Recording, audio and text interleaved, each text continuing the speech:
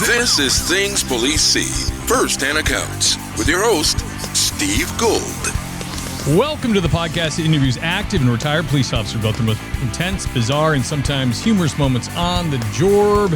It is I, Old Gingerface, here with you. Thank you for being with us today. Thank you very much. Thank you for everybody listening to the show. Thank you for the comments. I truly appreciate it. What a week this past week was. This is going out right away, this episode, so I can say something topical and it won't be dated, but man, this may never be dated. I just wanted to comment on Charlie Kirk being assassinated. I mean, unbelievable. And I won't get too into it, but kind of shocking to follow how it's unfolded on social media. And I didn't watch a ton of his stuff, but I liked him from what I saw. I liked just Christian guys. He had pretty standard Christian views. I would say that some of the reactions that people are having are really, really disturbing. Like, it was really shocking. And I guess people are losing their jobs and people are celebrating his death. And all I can say is, if you see something like that and your first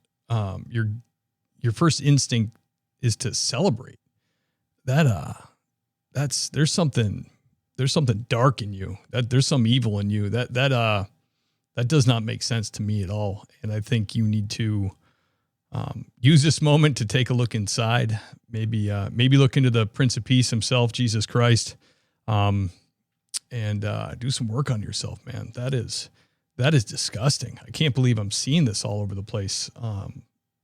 Man, really, really heartbreaking to see people doing that, and a lot of people, and people in prominent positions. It's really crazy. So I'll continue to pray for you, and I'll pray that you can find the way, the truth, and the life, and the scales will fall off your eyes, and you can basically just become a different person, because that is grotesque. So God bless Charlie Kirk and his family. Christ is king, and hopefully as a country we can hold it together and move on from here. You'll notice there's no riots in the streets, nothing burning, pretty peaceful reaction from the conservative side. So to be expected. So anyways, just wanted to comment on that. Felt like it was too big not to at least say something about it. It's really, really shocking and crazy. So anyways, back to the fun stuff, guys. I'm really excited for the show. We got a guy coming up he's a gun guy. He was a copper for many years in the great state of California. He did 25 years in law enforcement. He did Modoc County, Truckee City, Yuba City. He was a gang detective, firearms instructor, 10 years on SWAT, and now the founder and owner of Pillar Training Institute. Let me bring on the great Jason Paletta. Jason. How's it going? It's good, man. It's great to get you on. I appreciate it, man. I appreciate it. Awesome. I'm sorry we're late, guys. Just so you know, I was late.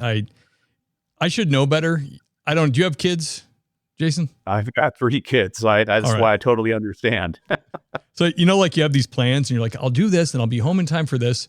It never works and you're never home in time. So I was like 45 minutes late because I went to a soccer game for my 2 boys. But Jason was very gracious and he said, family comes first. I'm ready when you are. So thank you for that. Yes, sir. Awesome. 25 years in California. And when did you retire? When was your last year in LE? Last year, last February was when I retired. Gotcha. How's it feel? I'm going to tell you, it's, being a training officer and talking to the young guys coming on, I always try to instill in them that, hey, never let the job define who you are. Never let this job just control you. And then you retire, and then I'm like, what the heck? And you don't know what to do. It was bittersweet. I felt like kind of Ricky Bobby. I'm like, I don't know what to do. So, but it was one, I didn't know what to do. Where does this, where does my path go from here? But the other thing was, it was a huge lift off my shoulders, just from the everyday hustle of, hitting the streets and,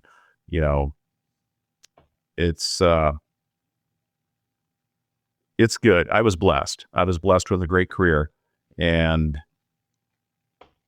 at retirement is good. And, I guess, like I said, I got 3 kids and, horses and, training company, and everything's Nice. good.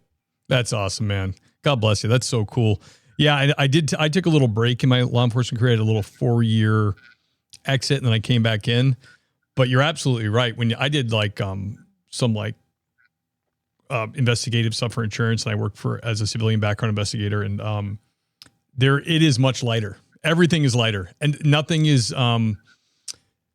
There's you see people get stressed out in the office that were in law enforcement, and you're like, what are you so worried about? You know what I mean? Like, it does. And you working, especially working a 9 to 5 or making your own hours. It is no being held over, no 70-hour work weeks. It's not bad. No, it's good. And especially like 19 years out of my 25, I work graveyard. That was just my shift, and I like the graveyard. It's a different clientele, and you don't have the admin that you're dealing with at the office.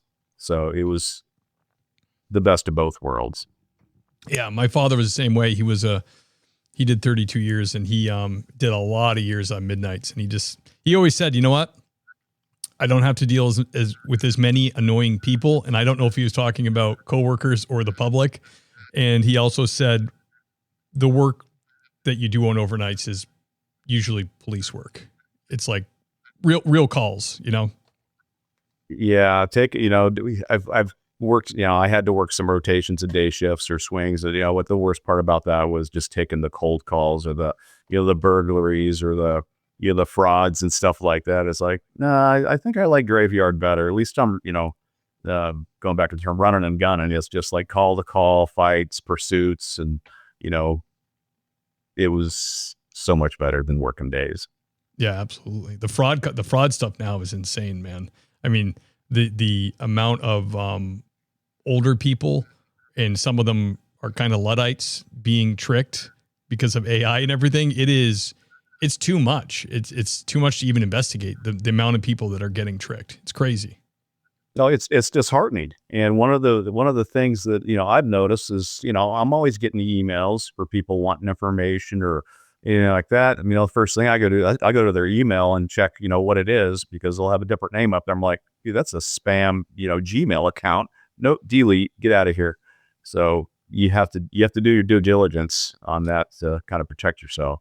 Absolutely. Now they're doing a thing where they can actually use one of your loved ones' voices to talk to you.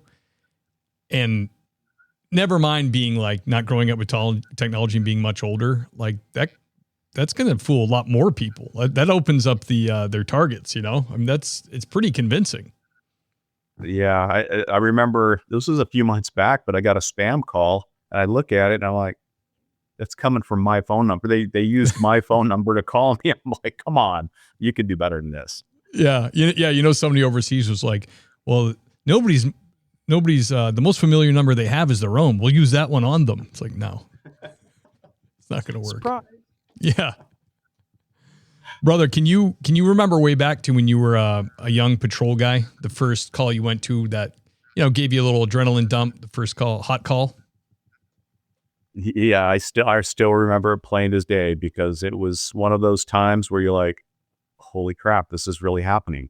It was with Modoc County Sheriff's Office, and I think this is 1999. And I'm a resident deputy up in like way up north, right on the Oregon border of California. So we would end up back in other agencies across the Oregon border up in Oregon. And I remember this call came out. It was from Malin, Oregon, and it was the chief, Ron Broussard, who had gone to serve a warrant. I'm not going to get into his tactics or anything like that, but he went to go serve a warrant by himself, and it was at a migrant camp. When he got there, he located it was a female wanted for murder out of Stockton, California. So when he went to approach her, he grabs her. He's in plain clothes with a police jacket. She spins around, exposes his gun, and his gun comes out of the holster. Like, she grabs his gun. Ooh. And the fight was on. So alls I get on the radio is, hey, 1035, my dispatch gets a hold of me, like, you need your spawn code 3 to Malena, Oregon. They give me the address, and I'm probably 4 or 5 minutes away. I get there, and as I pull in, there are, I would, no joke, probably hundreds of migrant workers just kind of gathered around. I mean, it's like I couldn't even drive through them. It was just so packed. So I get out of my car and they're pointing. I mean, they were all like, hey, he's over here. So by the time I reached him, he's on the ground on top of this lady. Her hands are between her legs. And the first thing I'm thinking, I'm like, oh yeah, we got this. He's trying to hook her up and she's not, cooperating. So I grab her arms and I pull her arms up, and here comes a stainless steel Smith & Wesson, which was his. And I'm like, gun. And he's like, I know, it's mine. And I was like, you could have told me that before I started going hands on. Yeah, right. So I shove her hands back between her legs, and it was a brawl. I mean, she wasn't letting go of that gun. And, we just, I was punching her. I was, everything we could do. And then she comes up with the gun and he starts pulling on the gun. I'm like, dude, her finger's on the trigger. Stop pulling on the gun. And at one point I punched her in the face, and she ends up dropping the gun. And then it was a brawl with that, trying, it was trying to herd cats at that point, trying to get handcuffs on her. But we ended up arresting her, or getting her in custody. And I will say, during the whole sequence of the events that happened, it was, I wasn't thinking about anything but other than getting her into custody. And then after the fact, we have her in custody. We're walking. I'm like, dude, what happened? And he told me the story that I mentioned, prefacing this call. And I was like, dude, why didn't you tell me that she had your gun? He goes, oh, I just wasn't thinking about it. He was an old retired LASO captain. So he was up in his age, but it wasn't until I left that call, cleared it, and hit the road where I was just like, I was kind of shaken. I was like, holy crap, that just happened. Yeah. It could have gone 10 different directions. So hindsight's hindsight, but you don't know until you get there. Yeah, that's one of the ones you think about before you go to bed that night. Ooh, that could have been bad. Oh, I'm not lying. I was shaken. I mean, I was a rookie cop. I had no experience. The FTO length of time was very minimal. I was so inexperienced, and I'm not going to lie. Judging that with today's officers, and FTOs, I shouldn't have been on the streets by myself. Making those decisions. So it was the epitome of OJT. It was on the job training, no getting around it. Sink or swim. That's crazy, man. And that's kind of rare too, like a female murderer. And also, was she a big lady or just wiry and just didn't, I mean, anybody of any size can, if they have in their mind, if they're freaking out, it takes a bunch of people to take them down. Was she a big boned lady or no? No, she was a little wiry. I mean, she had a lot of fight in her, and the homicide warrant was because she killed her boyfriend or husband down in Stockton. So Stockton's it was just weird. Stockton is, I sat next to a lady once. I bellied up to the bar when I was on the road for insurance, and lady was from Stockton. She was in town for a conference also, and I did not hear good things about Stockton, California. It's not. I mean, I will say they're doing a great job on cleaning it up and getting the police department back to where it should be. But it's still, and there's a lot of crime there. Yeah, it's right. It's not far from San Francisco, right? Actually, it's not far from Sacramento. Oh, okay. All right. Yeah, it's just south of Sacramento on 99. Oh, gotcha. Yeah, when I got the insurance job out there, they flew me up to get my equipment and train for a couple of days. It was right outside of San Francisco. It was like due east, and it was like San Ramon, maybe, or it was out there. Super nice. I mean, the hotel I was in was like a Hilton, and then in that plaza, like across the street, was a Whole Foods, and there was like 35 charging stations. I mean, this is 5-6 years ago. Not like one person was charging their car. I'm like, why do they have so many charging stations at this place? That's the Bay Area, man. I don't go there unless I absolutely have to.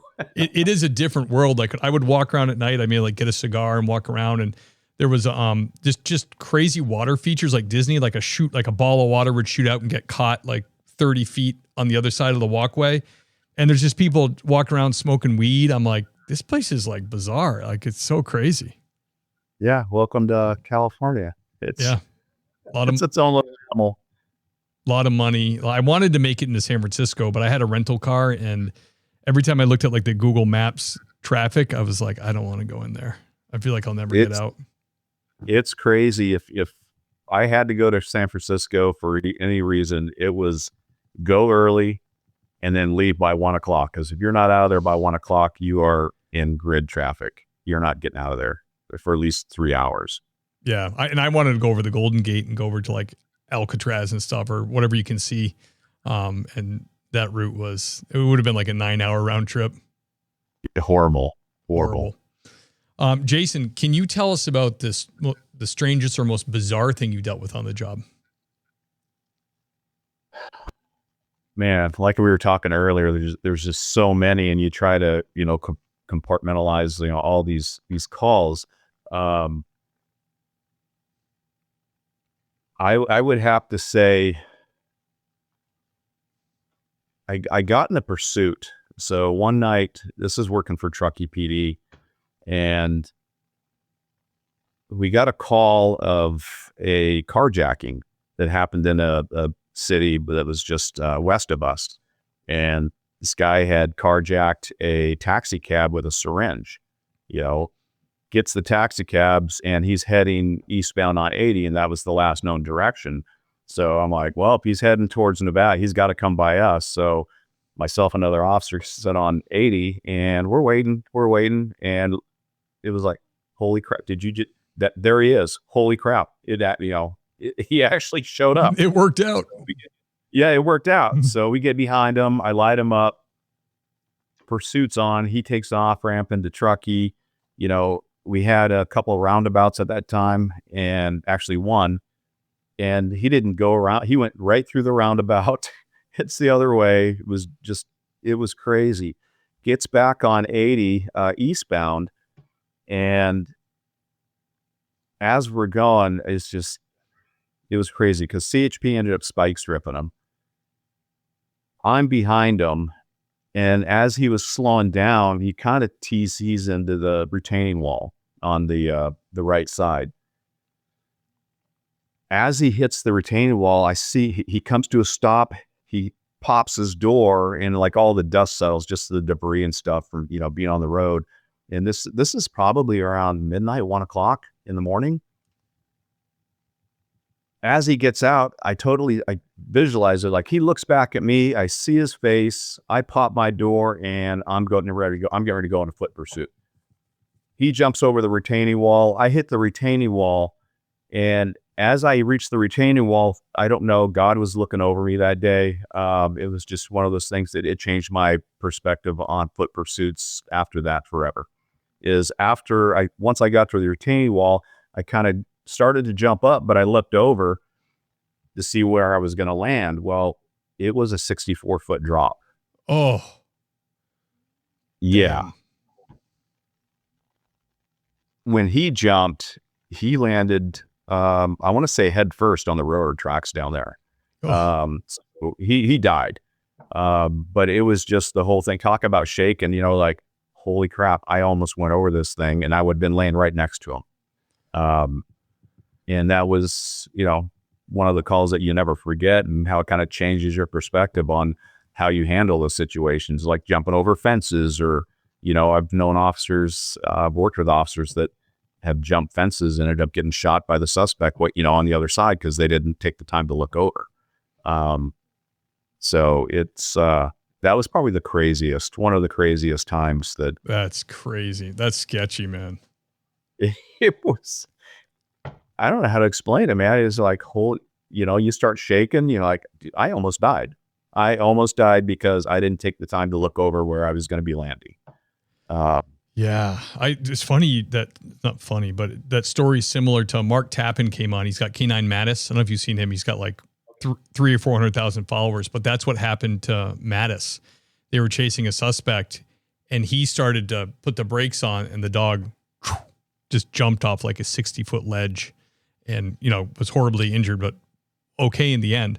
But, yeah, man, that is, I take it for granted how well I know where I work. I work in Western Mass.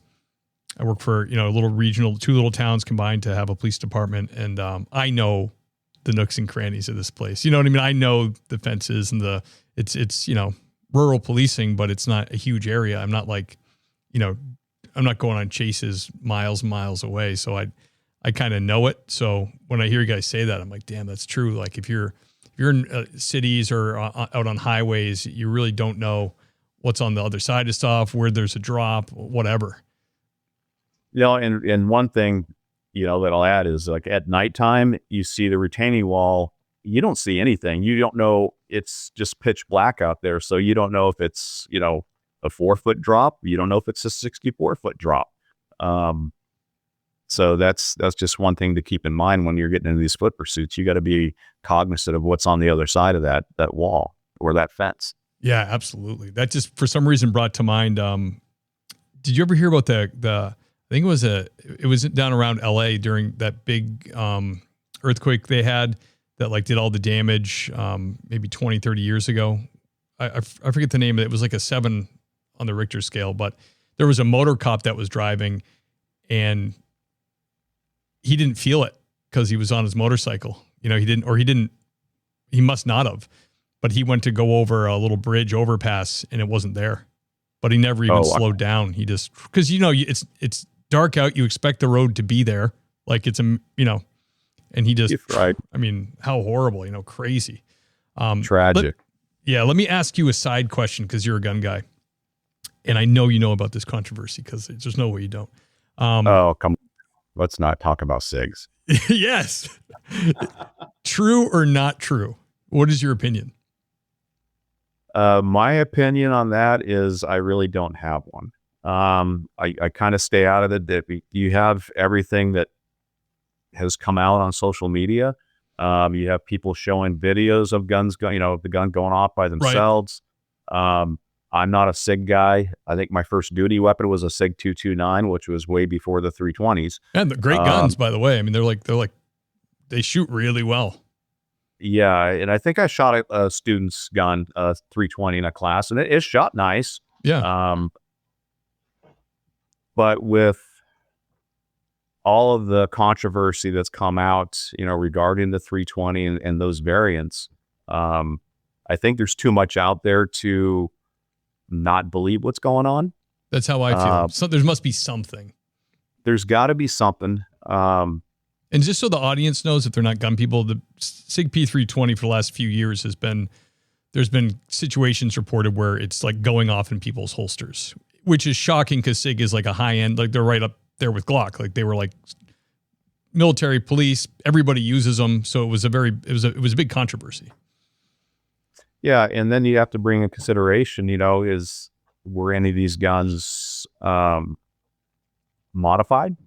Did they modify the trigger? Did they, the trigger bar, whatever? So, I mean, like I said, I really don't have an opinion on it. I know, teaching for a lot of law enforcement conferences they're on board and nobody allows those guns in the classes right now just because it's a liability.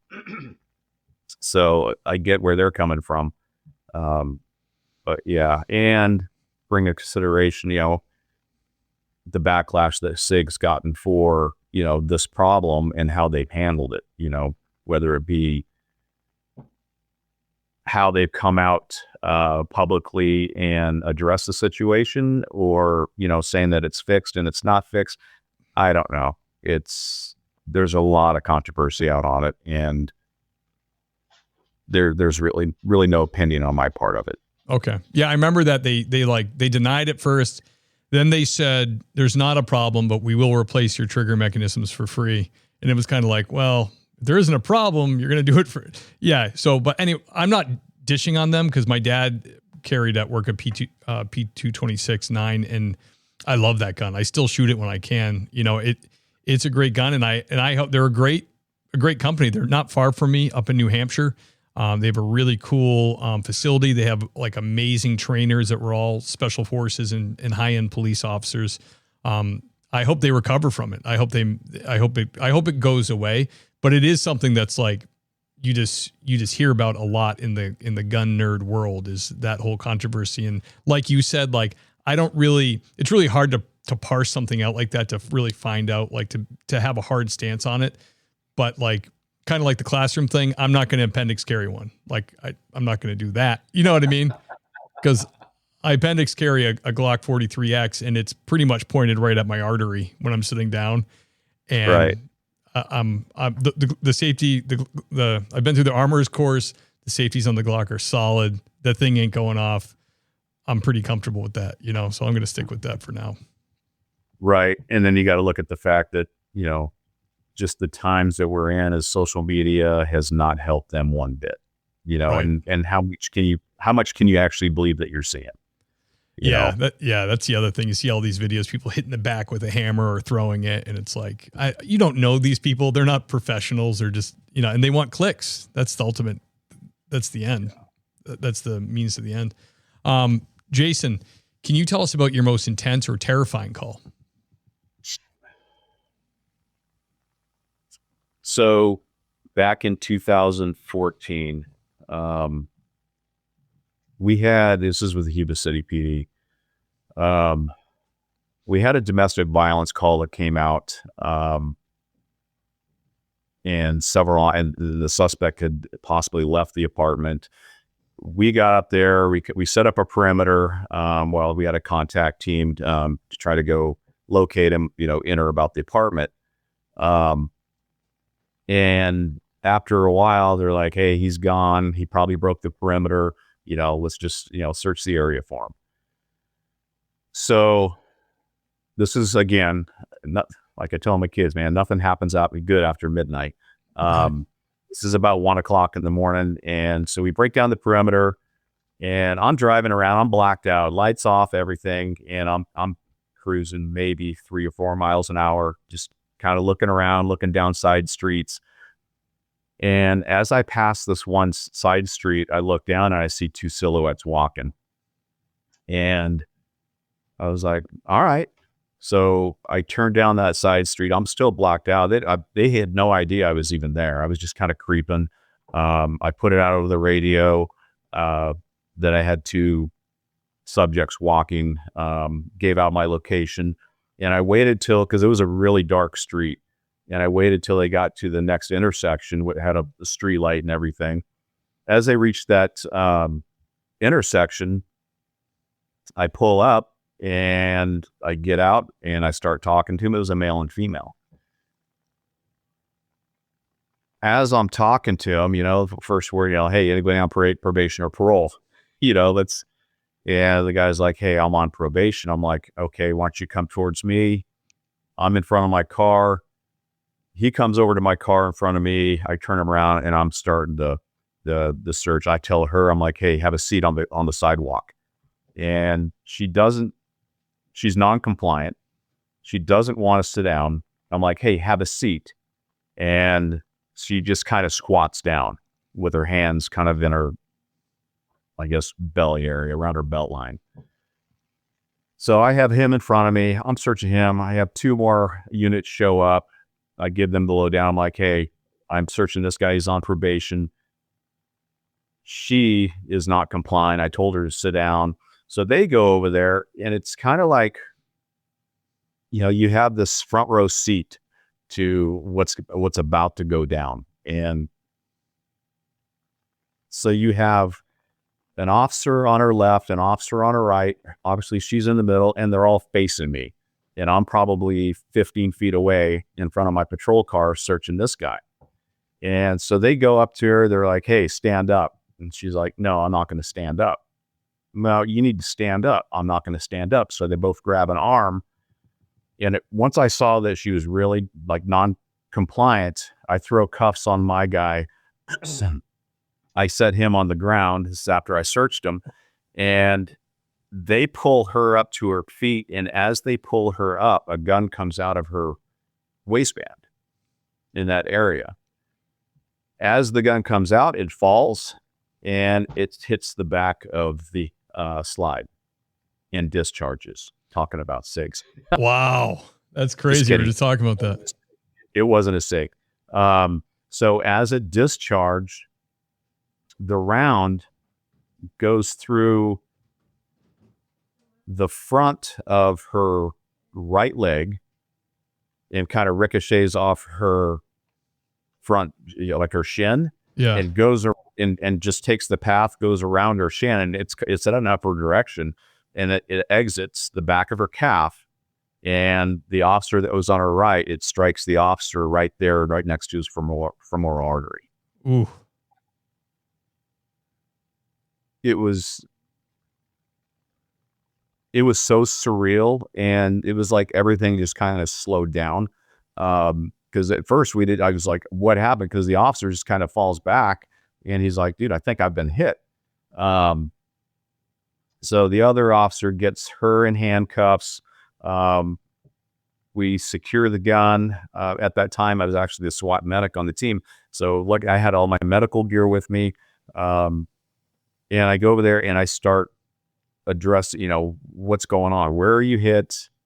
He's like, dude, I think I'm hit here, right in my left side by my, right by my crease, between my leg and my upper torso. Yeah.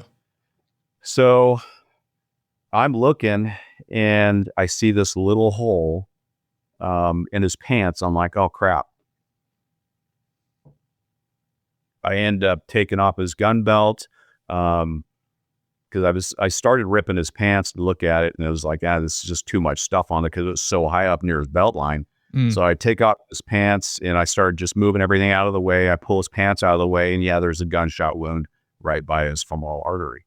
And this goes back to the training portion. I was like, you trained so much. Hey, tourniquets, high and tight on the tourniquet. You couldn't even get a tourniquet on it because it was too high up. Yeah. And so obviously, we put all this on the radio, and I just started applying pressure, right there on the gunshot wound. Once the fire department and the medics get there, I kind of hand it over to them. They put in, obviously they can't use a tourniquet or anything either. So they put him in, I think they're called mask trousers, whatever, the compression pants that they put on him to apply pressure and everything, get everything down. And I ended up following them we set up an LZ for a life flight. Wow. So we get there, they fly out, and then we find out that he survived, but the bullet had lodged less than 1/8 of an inch from his artery. And it was crazy. It was scary for me because he was my B partner. We worked together all the time.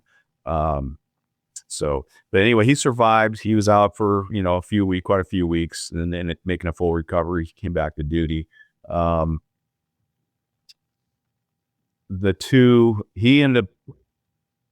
He was arrested for, I think he was actually on parole. He wasn't on probation by the time we found out. And then we arrested her, for the gun and everything. And anyway, they ended up pleading out to something, but that was probably one of the craziest moments, that I had on patrol. Man, that is insane. Is there any, I'm trying to think, is there, you get her for the legal possession, of the gun. Is there anything you can tack on for it going off and shooting him for that like negligent discharge? You know what I mean? And that's just it. I mean, I don't know what the DA ended up doing with it, because they ended up playing out, and that was 2014. But it was, you can only prove what you can prove. But obviously looking at the whole pictures, I think as soon as they saw me pulling up, he hands her the gun. Yeah. So that makes sense. And that's why I don't think it was totally secured in her waistband. It was just kind of in her shirt that she had wrapped up. And then when she got up, it just fell out. But thankfully, again, God was watching over us that night, and, he made a full recovery, and he retired last year as well, I think. Damn. So. Gotta get him on the pod. That's a hell of a story. Yeah, I'll give you his info. Horrible situation, but could have hit the artery. Could have hit his wiener. That would have been terrible. That would have been, yeah. Well, and it's funny because everybody reacts to this stuff different. Yeah, it was kind of the joke, it's, as I pulled his pants and everything down, I'm like, holy crap, dude, it must be cold out here. Oh, you have to. Yeah. He was like, dude, shut up. I'm like, just kidding. That's funny. Damn, man, that is insane. I was not expecting that. That's crazy. Yeah, it was crazy. Do you have any heartwarming stories? Any stories that warmed the cockles of your heart from your career? I have one that, it always stuck with it because it ended up being, it was heartwarming because, it was a kid in school. But it was also, man, it just kind of pisses you off and how these kids get treated by their parents. Cause I'll say one thing about this job is it just, people are mean. People are rude. They're self-centered, and there's just not very often just something happens that you go, okay, I just restored my faith in humanity. So anyway, I get called to a school for a kid that never got picked up. And so I go there because they were trying to get a hold of the parent. They couldn't get a hold of the parent or anything. So I ended up going and talking to this kid, and it was kind of, he wasn't giving out information. He didn't really care for police. But looking at him, and he's just disheveled. His shoes look like he'd probably put 100,000 miles on them. They're all tore up, but they were his favorite shoes because I think they were a pair of Air Jordans, and they were just a wreck. It's like you couldn't even lace them up. That's how bad they were. And so I just felt that, man, I feel bad for this kid. He's got I'm sure, kids probably make fun of him.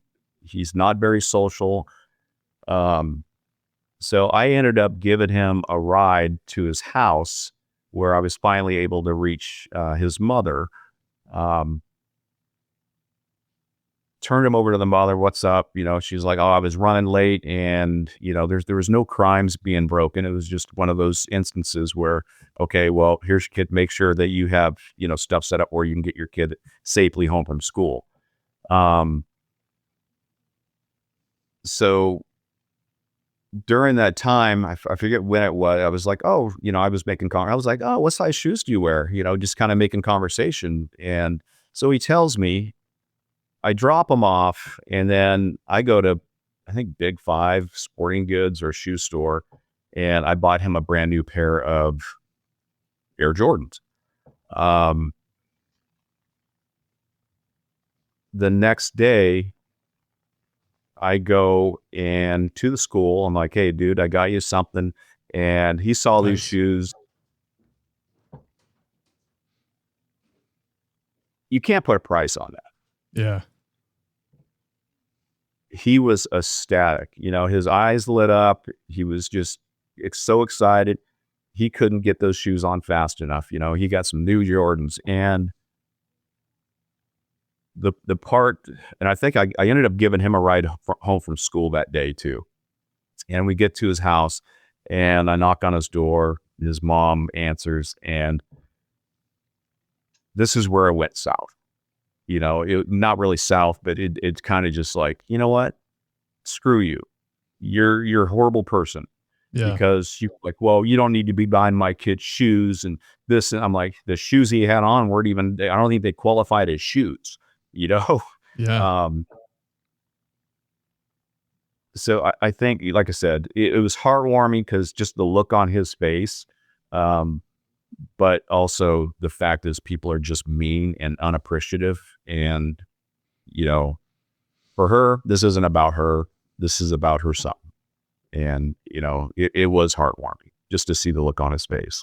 Absolutely. I mean, that's a serious gift. Jordans kids love those sneakers, and they're not cheap.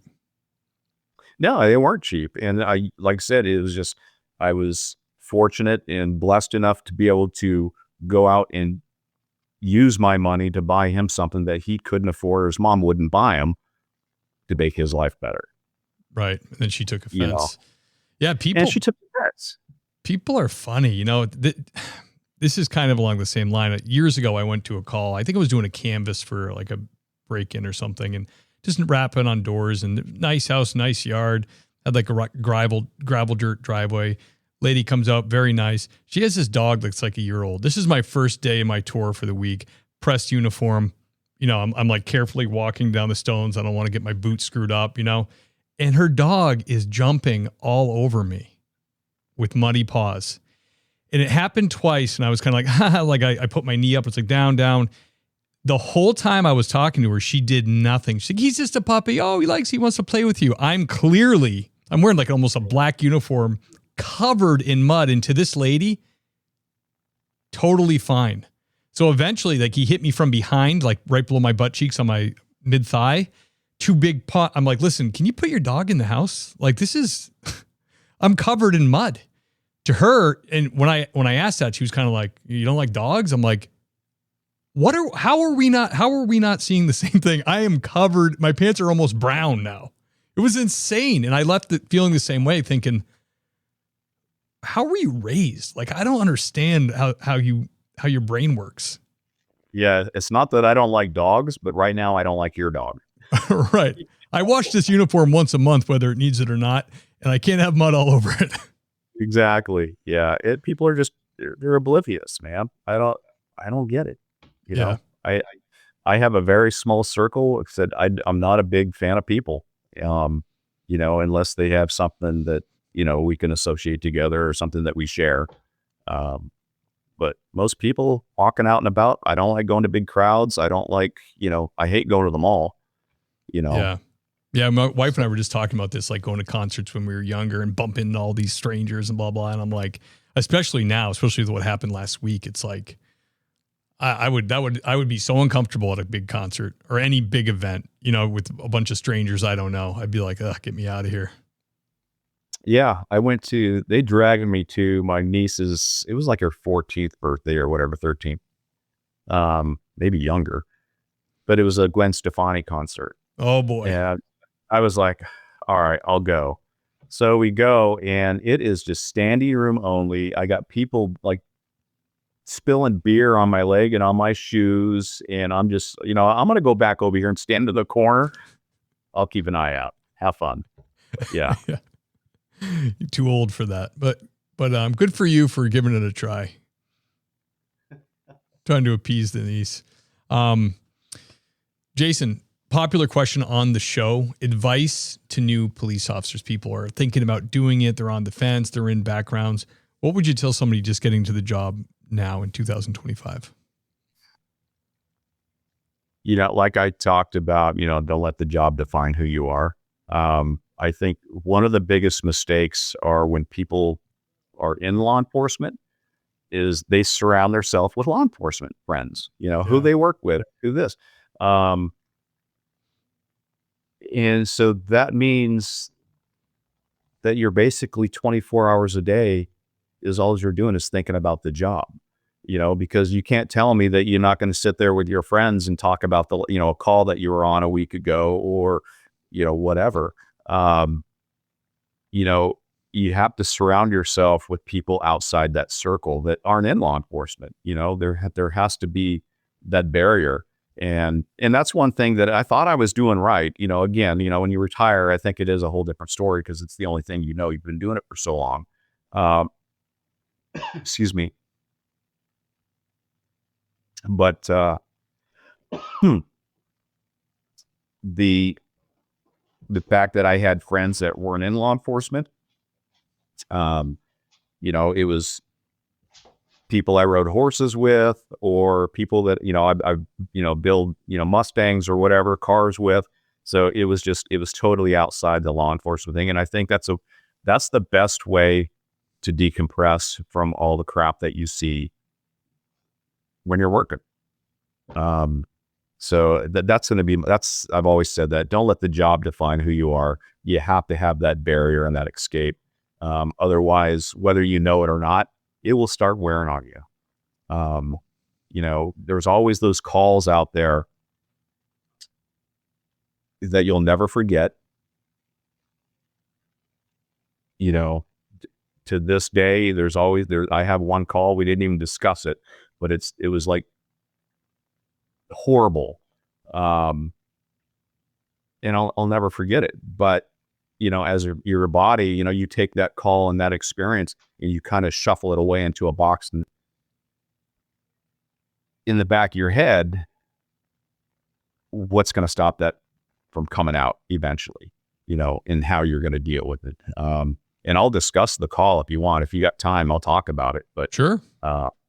It was, so we get there's a call of a guy that was hit by a vehicle on a main thoroughfare between two cities. We get out there. This guy is laying in the middle of the road. He wasn't hit by one car. He wasn't hit by two cars. He was hit by three cars. Oh. The sad part is the first two did not stop, so we get to him and he is like, his groin, he was split like in half, dang near. His shoes were 100 yards down the road, along with his testicles. I mean, he had his, insides were kind of just hanging out. And we were one of the first on scene. So I get there and, I start holding C-spine on him. As I'm holding C-spine, he's just like, he's still alive. He was scratching at me. He's like, I can't breathe. Oh my gosh. It was horrible. Ambulance gets there. We get him in the ambulance. I ended up riding in the ambulance with him because I had the C-spine. So we get to the hospital, and he ended up dying. But the hospital was like, holy crap, that is probably the most blood that we've seen in 20 years at this emergency room. It was. That's saying a lot. It was the floor of the ambulance. Like we were standing in blood. It was just so much. So anyway, that's the kind of stuff that you see that you don't talk about a lot. But it gets locked back here. Yeah. And, sometimes it'll come out. Sometimes, it will just kind of stay in that one spot. But that's the importance of, having a good support foundation for you, your home life, your friends, your family. Because a lot of stuff goes on that people don't understand. The statistics of, and I'm going to screw up the numbers because I've seen so many of them, but how many, people usually experience maybe a handful of critical incidents, in their lifetime, where law enforcement has 1,000, so you really have to have a good support foundation for that, whether you think it or not. You always got officers like, oh no, I'm good. This is just the job. I don't care who you are. You know what? Everyone puts on their pants, one leg at a time, just like, me, you, something's bound to happen sometimes. So. Absolutely. Yeah, it is crazy how it works. Like I've talked to guys on here before that same idea, kind of stuffing things away. Excuse me. And some people go to their grave with it and live till they're 85, cop. And you're like, wow. And then big percentage of cops don't live that long.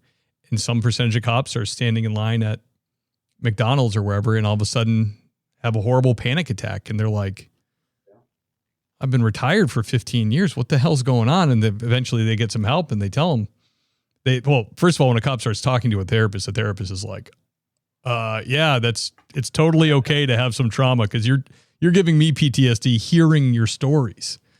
You know, I don't Yeah. think that, like you said, we get so galvanized or callous to it that you think, you know, it's just the job. It's no big deal. But yeah, it's really, it's not, I don't think we're really designed to see that stuff. I mean, you go to war, you go to battle, and it's over, you come home, recover, screws you up. But to do 25, 30 years and to be exposed to it on and off for all those years, it's just not, I don't think we're physiologically designed to process that. Most people, you know, I think it just does damage to you. And you gotta, like you said, you can counter it by taking care of yourself, you know, whatever it is for you, that helps you. But yeah. And also I'll comment on you with hanging out with other cops. You know, when you're a young cop, you always, the first few years, it's like all about the job, cop cookouts, cop this, cop that. And when I look back, I like, I just feel bad for my wife because, you know, we don't shut up about the stupid war stories, you know, at the cookout or whatever. The wives must have been like, guys, enough. It's enough with the cop stories, you know? But it's hard because, like, you know, I still obviously keep in touch with, you know, my gang partner, you know, when I was in the gang unit, and, you know, we'll go out to dinner with, you know, our wives or his girlfriend, or whatever. And what do we end up doing? Dude, do you remember that call, dude? That was so crazy. Yeah. Yeah. But a lot of it's in humor anymore. Or the ones that we talk about, you know, we don't dig up the, you know, the bad ones. We just think of the good times that we had, you know, on the road that might have been a bad time for somebody else, but that maybe wasn't law enforcement. It's all the same thing. Right. Yeah, absolutely. Jason, tell us about Pillar Training. So I own Pillar Training Institute. It's a law enforcement training company. You know, I really focus on mostly firearms, but really lately I've really got into not just the firearm portion of it, but, you know, close interaction. I've had a class that I've created years ago, and it has evolved into the point where, okay, now we need to talk about, you know, how are we approaching these people, you know, suspects or people, you know, subjects on the street? Because if you look at FBI, NIBRs, all these statistics, you know, you have over 60,000 officers a year that are assaulted during either arrests or, you know, searches or transportations. But there's really nothing, you know, they talk about how searching people is, but how do you react to it? So a lot of my classes, you know, I teach for, you know, the Ohio Tactical Officers Association. In fact, I'm doing a class next weekend for California Tactical Officers Association, Texas, and then Indiana also. Wow, good for you. Get around. So yeah, you know, and this class is like really near and dear to my heart because, you know, I created off of statistics. I created it off of, you know, experience, what I've experienced on the streets. So that's what this is, you know, this company's mainly about. And you know what, it's, if an agency wants to host me, it doesn't take much to get me there. It's just it's a passion, you know? So that's Pillar Training Institute. It's pillartraining.net. And then my Instagram is pillar_training_institute_. And people can reach out to me on there or follow me on there. Awesome. I will put that in the show notes so people don't have to go searching. They can just follow you or check out the website, hire you on for some training. Jason, it is an honor to have you on, man. Great stories. I really appreciate it. Thank you. Yeah, I appreciate it. Thanks for having me. My pleasure. Can you hold on just like 2 minutes when I do the outro? Yep. Awesome. Ladies and gentlemen, the great Jason Paletta, crazy stories. One of these guys too, where he said, when I sent him the question, he's like, I don't know if I have stories for this. And of course he does. He's got a ton of them. I'm saying that because there's guys out there that, you don't think you have the stories that come on, but I'm telling you, if you have 5 years or more on almost any agency, you're going to have some stories. And I was telling Jason before we started, like, yeah, when I started the podcast, I was at LAPD backgrounds and as a background guy, and 30-year veteran would be like, let me think about it. I don't know if I have the stories that come on. And I'd be like, dude, brother, you have the stories.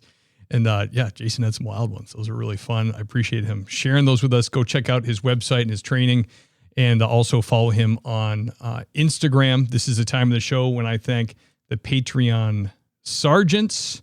You sign up. Geez Louise. You sign up for sergeant or above, you get a shout out on the show. Who I'm talking about, starting with the lieutenants, who I'm talking about is the great and powerful Andy Biggs, the great Kyle Roberts, Michael Roach from Roach Machines AI Solutions. Check him out. The handsome, now to the sergeants, the handsome Lane Campbell, Gary Steiner, Adam Mihal, Tony Fahey, Seth Wright, John Shoemaker, Lauren Stimson, everybody, Jason Lau, Sasha McNabb, Sean Clifford, the great Tammy Walsh, holding it down dispatch. Thank you, Tammy. Greg Gadboy, everybody.